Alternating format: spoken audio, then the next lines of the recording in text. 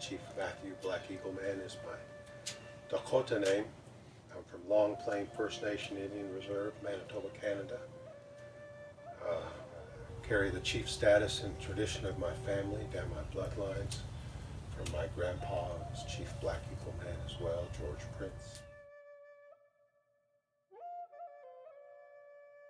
It has become clear that the Earth is in the midst of an ecological crisis of our own creation, anthropogenic climate change. As our common home shifts away from ecological rhythms that have been in place for thousands of years, those who live closest to the Earth have disproportionately felt the effects of climate change. I read a lot about, and I see a lot of news about the companies and the situations and the circumstances and the different things that are going on. It's not that I want to know about those things. And I don't watch it and learn of it, get angry or act some way about it. The variations of the temperatures, climate, all those things. If you care anything about humanity, you have to pay attention. The delicate balance of nature. We call it a delicate balance, but that's us understanding how much we've affected it so phenomenally that we've made it become a delicate balance. Researcher Mary Beth Long Martello states that scientific and political representations of Arctic indigenous peoples have been central to the production and articulation of claims that climate change in that region is happening now at a faster rate than elsewhere in the world and with severe implications for our planet. We think that what we do here will only affect what we're doing here, and so we try to contain in the area. And our limited knowledge and understanding of what we're doing in advance of what we've done. We don't realize the effects that what we're doing here affects over there too, somewhere down the line. These portrayals emerge alongside the growing political activism of Arctic indigenous peoples who present themselves as representatives or embodiments of climate change itself as they advocate for climate change mitigation policies, a status buttressed by new scientific frameworks and methods that recognize and rely on the local experiences and knowledges of indigenous people. And when they melt,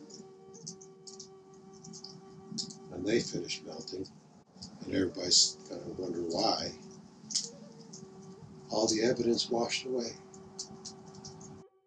Brugnac et al. Identified several procedural, conceptual, and structural challenges to involving indigenous peoples in the development of mitigation measures for climate change.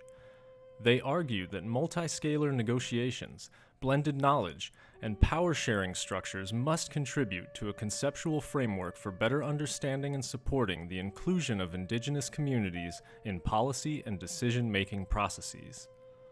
I'm not standing here saying everybody, just blame somebody. I'm saying we've got to make changes that are going to affect us in a more better way.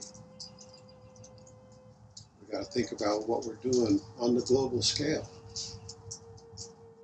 A 2017 study of reporting on indigenous peoples and climate change in Western newspapers found that the lack of substantive discussion of colonialism or marginalization in those publications limits media portrayal of the structural roots of vulnerability of indigenous culture, rendering climate change as a problem for, rather than of, society.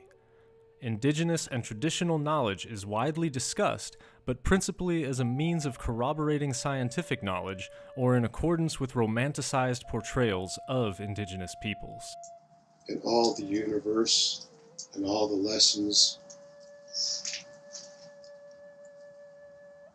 without good roots, there's no life.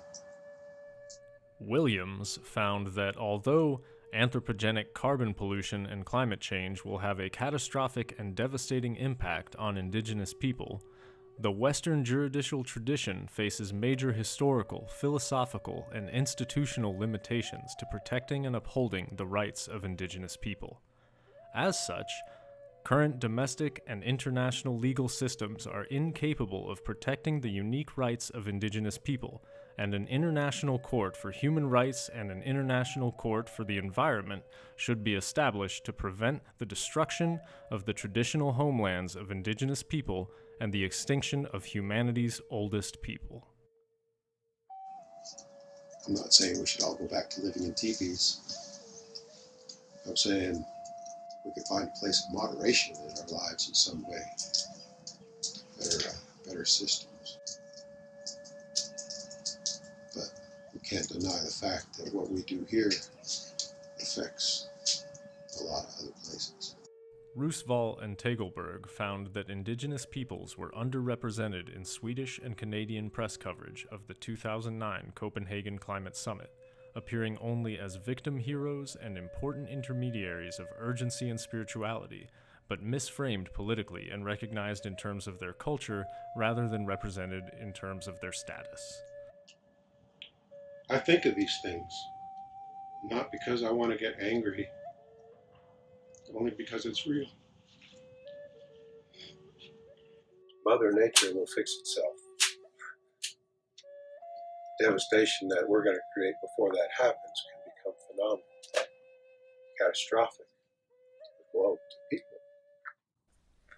Leadership theorist Jonathan Gosling has raised the question of whether we need a more radical hope in the context of climate change and a growing sense of things falling apart. He invites us to explore what we could learn from other cultures that have faced catastrophe. Examining the way Native American Indians coped with being moved onto reservations, Lear looked at what he calls the blind spot of any culture, the inability to conceive of its own destruction and possible extinction. He explored the role of forms of hope that involved neither denial nor blind optimism. What makes this hope radical is that it is directed towards a future goodness that transcends the current ability to understand what it is. He explains how some of the Native American chiefs had a form of imaginative excellence by trying to imagine what ethical values would be needed in their new lifestyle on the reservation. He suggests that besides the standard alternatives of freedom or death, in service of one's culture, there is another way, less grand yet demanding just as much courage, the way of creative adaptation. This form of creatively constructed hope may be relevant to our Western civilization as we confront disruptive climate change.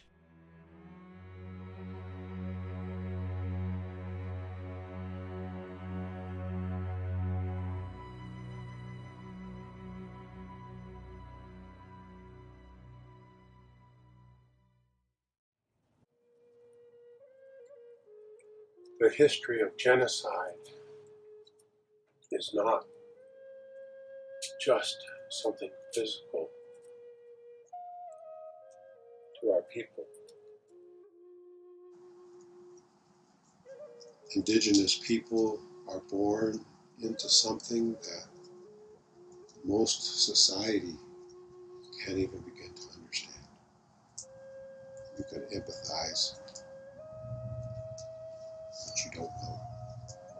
Only they know.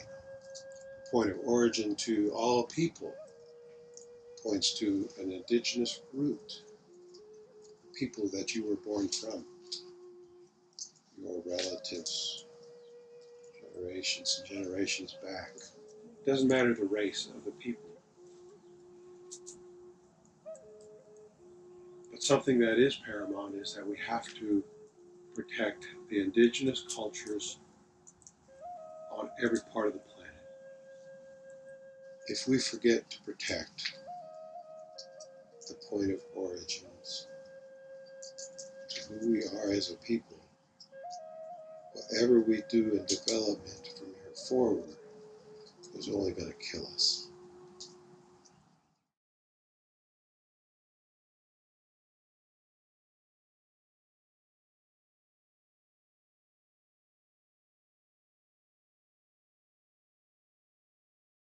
As how many Indians does it take to change a light bulb? It takes 5. 1 to change the light bulb, 4 to sing the song.